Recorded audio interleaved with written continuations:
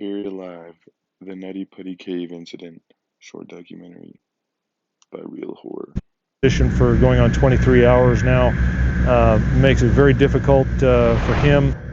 On the 24th of November 2009, John Jones, a 26-year-old medical student and devout family man, was back home in Utah with his pregnant wife and their young daughter for the holidays. During the stay, he and a group of 10 other friends and family members arranged a trip down to the Nutty Putty cave system. This was a Bro, who named that? The Nutty Putty Cave.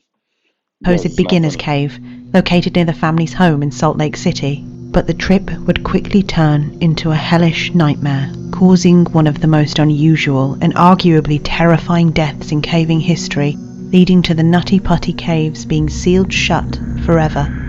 This is the story of the Nutty Putty cave.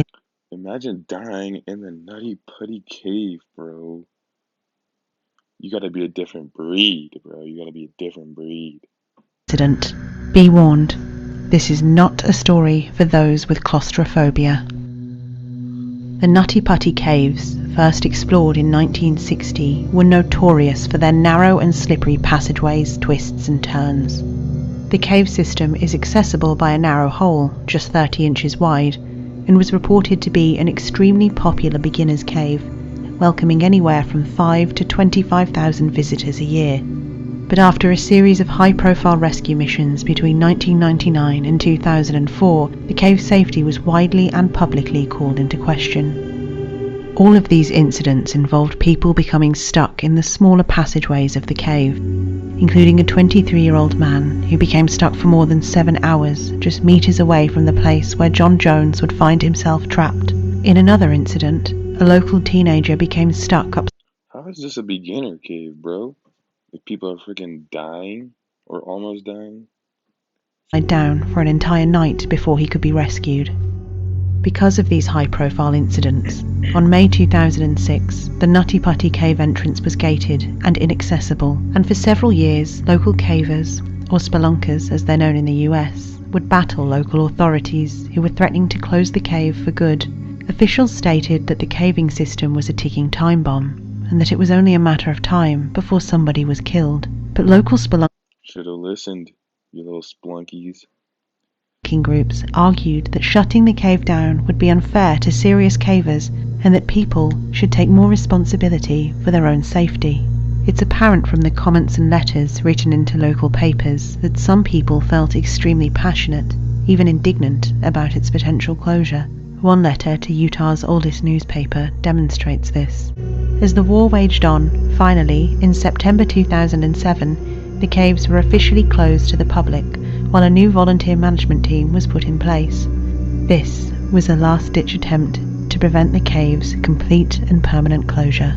And then, finally, in March 2009, the Nutty Putty caves reopened, with a brand new cave management plan. The new plan enforced a process which required would-be spelunkers to apply for a permit 21 days before their visit, and agree to follow certain safeguarding procedures, such as having a minimum of 2 people per visiting group that were, and I quote, experienced cavers.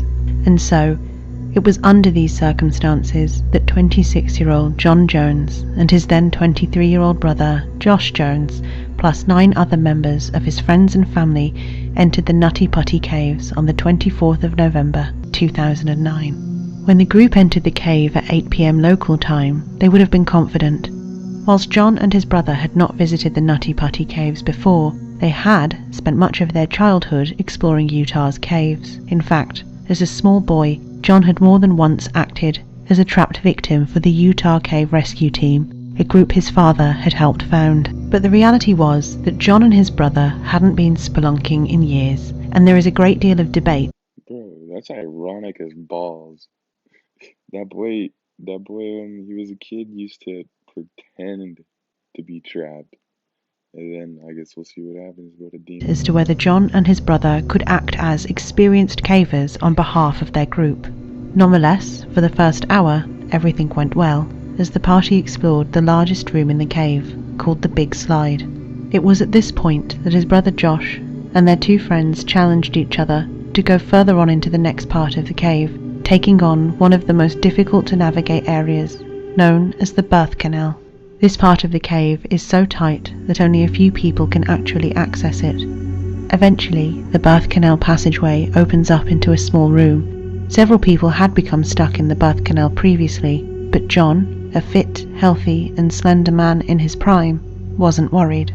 Heading through the passageway first, with his brother behind him, John wriggled on just his stomach down what he thought was the entrance to the birth canal. But John, unknowingly, had taken a wrong turn down an unmapped passageway via a route known as the corkscrew, a place where only the smallest and most flexible of cave explorers could fit. As John pushed forward, the passageway... Bro, do they not have a map? Well, let me go look back at this. The birth canal. And he was down there. Jeez, man. That's crazy. Route known as the corkscrew, a place where only the smallest and most flexible of cave explorers could fit. As John pushed forward, the passageway became tighter and tighter, and he became unable to turn back on himself. When he saw what looked like a small opening at the end of the crawl space, he continued on, with hopes of being able to turn around. Unfortunately, this is where things took a turn for the worse, because John was crawling head first into a 10 by 18 inch fissure that dropped straight down. Worse still, John had sucked in his chest to slide past a lip of rock to get into the fissure, meaning that when his chest expanded again, he became completely trapped in an area the size of a small, front-loading washing machine. John made several attempts to free himself. It was no use. It was at this point that he began calling for his brother. When Josh finally found John, for a split second, he thought that this would be a silly story to tell later on that evening, but as he examined the situation more closely, dread settled in. Josh made several desperate attempts to free his brother, but none of them worked. In fact, he had made the situation worse. John had slid further down into the passage and was now completely upside down, with both of his arms pinned to his side, unable to move at all. It was at this point that the two brothers realized that they needed help. Josh alerted the rest of the group and left a friend to stay with John as he rushed out of the cave system to a nearby hill to get reception and call 911. Knowing help was on the way, he went back down into the cave where his brother was still pinned upside down. It would be 3 hours before help would arrive. At 12:30 a.m, the first rescuer arrived on the scene. It was Susie Matola, a local volunteer who immediately rushed to the scene when she received a message on her pager. Right away, Susie realized that John's predicament was much, much worse than she had thought. She knew she had to keep John calm, and so she greeted him and told him that he'd be out in no time, and not to worry, to which John replied, "Hi Susie, thank you for coming, but I really, really want to get out." Susie tried absolutely everything she could think of to pull John out, including cutting off part of his jeans to free up some space, but after 2 hours, Susie was exhausted and unsuccessful. She was forced to crawl back up to the surface where, at this point, both his wife and his daughter and around 30 rescuers had arrived on the scene. There, a very concerned but calm group were brainstorming plan after plan. They discussed everything, from breaking John's legs to lubricating the walls with several gallons of oil. But eventually, they decided upon a system of ropes and pulleys to hoist John out, legs first. This pulley system would be aided by drilling some of the rock around him to create more space. Members of the rescue team made their way to John with the equipment, but they ran into problems. The rock wasn't coming away quickly enough, and removing what did come away from the wall was proving impossible to do safely, not least of which because the rock was falling back down onto John. Back at the surface, the rescue team, now in their hundreds, were all becoming increasingly concerned. Things were moving slowly. Each trip to pass a piece of gear to John's location, 700 feet deep within the cave, took an hour, and only one person could ascend or descend down the passageway at a time. To make matters worse, when rescuers told on-site trauma surgeon Doug Murdoch, And this is a beginner's cave, bro? No, it's not. They must have changed it. Maybe, I don't know. That John was upside down, Doug made the team aware that this likely meant that John would only have 10 hours before his organs would fail. The human body is designed to be upright. The heart works with the force of gravity, and if it can't, blood and fluids quickly begin to pool in the brain and lungs, and eventually it becomes extremely difficult to breathe. On top of this, the heart begins to work overtime, and it becomes increasingly difficult to pump blood around the body, which can lead to cardiac arrest. This was something Susie noticed within the first hour of working to free John, a distinct rattling noise coming from his chest, a clear sign that fluid was pooling in John's lungs. He was already starting to asphyxiate. The rescue team decided that the immediate goal should be to get John out of his dangerous position to alleviate the pressure on his lungs. The team got to work immediately to install the first system of ropes and pulleys, but they quickly ran into several problems. John's legs and feet couldn't bend back around the curve of the shaft he had slipped into.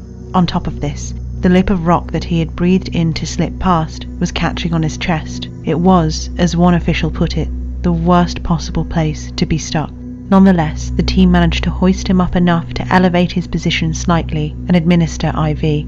Unfortunately, just moments later, this first pulley system failed, and John slid back down into his original spot. At this point, John was swinging in between a state of calm and panic, and so a decision was made to bring a two-way cable radio into the cave so that John could speak with his wife. The conversation was tense, but it did serve to keep him calm enough for the next system of ropes and pulleys to be installed. Finally, after 19 hours, a team of 8 were ready to pull. But there was a problem. Each pull was agonizing for John, and the team had to pause several times to avoid breaking his legs. And then, a glimmer of hope. On the third pull, John was lifted up high enough to make eye contact with his rescuer, who later commented that his eyes were red, his face was dirty, but that he seemed fine otherwise. When the rescuer asked him how he was, John said, "It sucks. I'm upside down. I can't believe I'm upside down. My legs are killing me." The rescuer saw that even though John was complaining, he had a smile on his face. And then, on what was to be the fourth pull, disaster struck. That they have a raising system that was helping to hold him in position. One of the devices as part of that system failed, and Mr. Jones actually ended up falling back into the area where he had been stuck for so long. The system had failed. The entire team fell backwards. When the team regained composure, they realized that the worst thing imaginable had happened. A bolt that was drilled into one of the cave's walls had come out, causing part of the cave to crumble. This had hit the lead rescuer in the face, causing him to momentarily black out. And, worst of all, John had slid back down into the crevice and had now become completely unresponsive. With the rescuer closest to John now needing medical attention, a second lead rescuer took his place. Satisfied that John was, in fact, still breathing, in a state of desperation, the new rescuer somehow managed to slip a rope around John's waist. But he himself became stuck, and needed help from other members of the team, sustaining multiple injuries in the process. A third lead rescuer made a last-ditch attempt to free John by desperately drilling away the rock around him, but it was no use. The entire team was exhausted. John was barely breathing and was still unresponsive. He had gone into cardiac arrest, and tragically, there was nothing anyone could do. This is hell, bro. This is a hellhole. I can't believe that shit, bro. That's crazy. It was at this point that John's wife Emily was informed of the situation. John was technically alive, but unconscious. In her desperation, she believed that he could still survive the ordeal and continue to radio down. In one of her final communications with John, she said, "I know you've been pushing so hard for so long. Why don't you rest for a minute and take a break, and then you can push again?" At this point, whilst they couldn't officially confirm it, rescuers suspected the worst. And so, a brave paramedic was sent down to take a pulse, confirming what everyone had suspected. At 11:56 p.m. on the 25th of November 2009, John Edward Jones was pronounced dead 28 hours after he had initially become stuck. Emily was 28 hours of being upside down, falling into a hole. That's crazy. That's crazy. initially in complete disbelief. She refused to believe that her husband could die from such a simple mistake and did not accept that a pulse taken from the leg could indicate that he was dead. Eventually, officials managed to calm her down, agreeing that they would do everything in their power to remove her husband's body from the cave. Not wanting to let a grieving widow down, the team discussed what was reported to be some rather distasteful plans to get John's body out, but this would prove to be impossible. Even if they were able to free John, his lifeless body would not be able to twist properly in order to be fully removed from the cave, at least not intact. It was decided, given everything that had transpired, that it was simply too dangerous for the rescue team to attempt to remove his body. And so, a decision was made to seal the entrance of the cave with concrete, with John's body inside, forever. John's family had a plaque installed on the entrance of the cave in his memory. Later, the family would release a statement where they said that John Edward Jones, husband, father, and paediatric cardiologist in training, would be remembered for his, quote, good nature, delightful sense of humour, strong work ethic, a genuine love of people, a masterful ability to relate to children, a love of and unwavering faith in the gospel of Jesus Christ, and his commitment to his family as an amazing husband, father, son, and brother. To this day, John's remains are still inside the cave, serving as a harrowing reminder of the very real risks of cave exploration. Damn, them boys should have closed that shit. No lie. This is the Real Horror Channel, the place for all things really horrifying. Go take them out. That's crazy. I want to see the map again. Where is it? Lifeless body would The maze, the big room, the entrance. Not be able to twist properly in order to be fully removed from the big slide, the birth canal. Jeez. Yeah, that is crazy. Don't go caving if you don't know what you're doing, guys. Especially if you're claustrophobic. Holy shit, who would do that? Also, don't die in the Nutty Putty cave. Die in, like, the cave that sounds the best. So, yeah. R.I.P. R.I.P. John.